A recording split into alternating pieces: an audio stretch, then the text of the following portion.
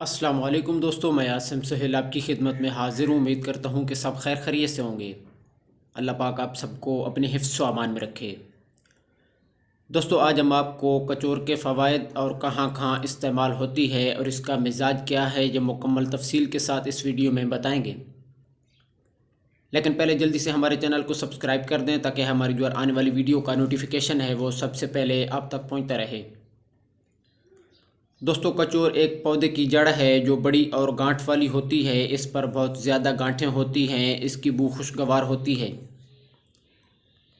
इसकी गांठें जो हैं वो बिल्कुल हल्दी की तरह होती हैं। इन्हीं गांठों को टुकड़े करके खुश्क कर लिया जाता है और यही आपको बाज़ार से मिल सकती हैं।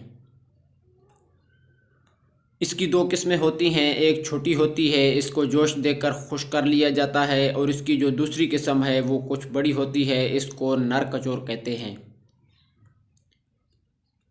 इसको ज़मीन से निकाल कर खुश्क किया जाता है और फिर टुकड़े करके इस्तेमाल में लाया जाता है। दोस्तों, बरसात के शुरू में ही इसके पौधे उगने शुरू हो जाते हैं।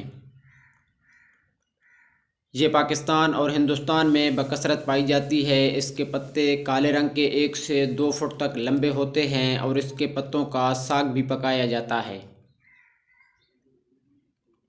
इसके फूल जो हैं वो पत्तों के साथ ही लगते हैं। ये नीले और पीले रंग के होते हैं। अगर इसके मिजाज की बात करें तो इसका मिजाज गर्म खुश्क दर्जा 2 में है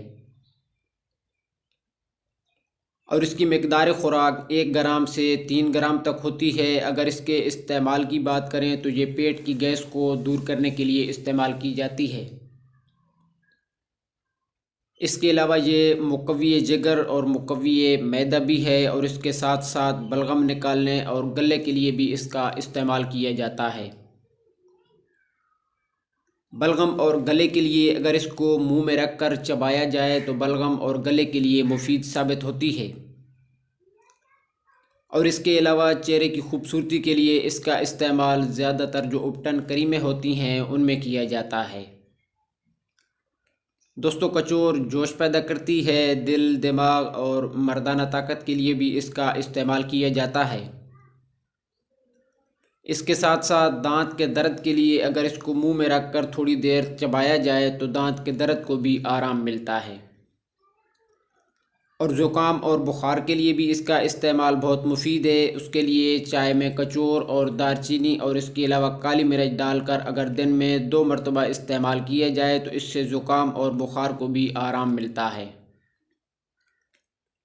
और इसके साथ साथ अगर ज़बान पर मैल हो तो इसको पानी में मिलाकर अगर पानी की कुलियाँ की जाएँ तो इससे ज़बान की मैल भी दूर हो जाती है और ज़बान साफ़ हो जाती है।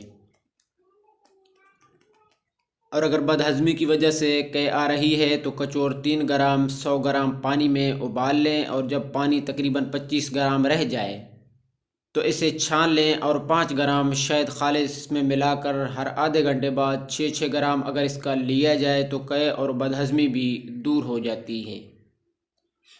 तो दोस्तों, ये थे कचौर के फ़वाइद। अगर वीडियो पसंद आई हो तो इसे लाइक और शेयर ज़रूर कर दीजिएगा। दुआ में याद रखिए। जज़ाकल्लाहु खैरा।